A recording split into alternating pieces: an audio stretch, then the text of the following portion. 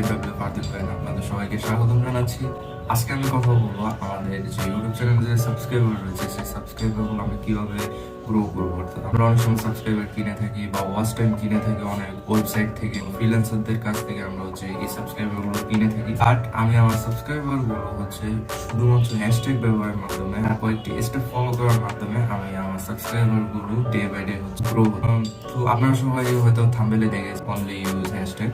তো এখানে 4টা ধাপ আছে। ফার্স্ট স্টেপ হচ্ছে আপনার ভিডিও আপলোড টাইম। আপনি যেদিন ভিডিও করলেন ওই দিন আপলোড না দেওয়ারই চেষ্টা করবেন, অর্থাৎ 7:30 থেকে 11:30টার ভিতরে আপনি আপনার যে ভিডিও সেটি এডিট করার পর সবকিছু ওকে হওয়ার পর আপনি আপনার ভিডিওটি আপলোড দেওয়ার চেষ্টা করবেন। আর সেকেন্ড স্টেপ হচ্ছে থাম্বনেল।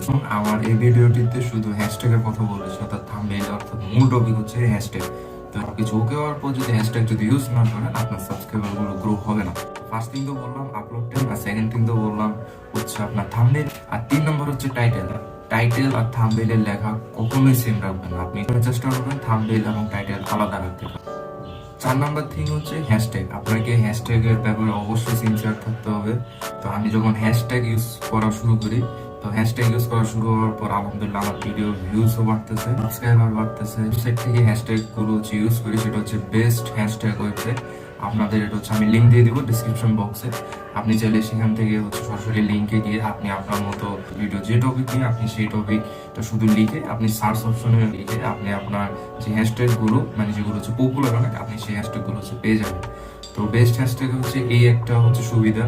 আর অন্যগুলো ওয়েবসাইট আমি ঢুকছি বা অনেক অ্যাড আসে, আবার ভাইরাস থাকে অনেকগুলোতে, কারণ সেখানে আমি যে রিলেটেড আমি ভিডিও বানাচ্ছি আমি সেটা সার্চ দিলে পেয়ে যাই। তো এই ছিল আজকের ভিডিও। সবাইকে ধন্যবাদ। আসসালামু আলাইকুম।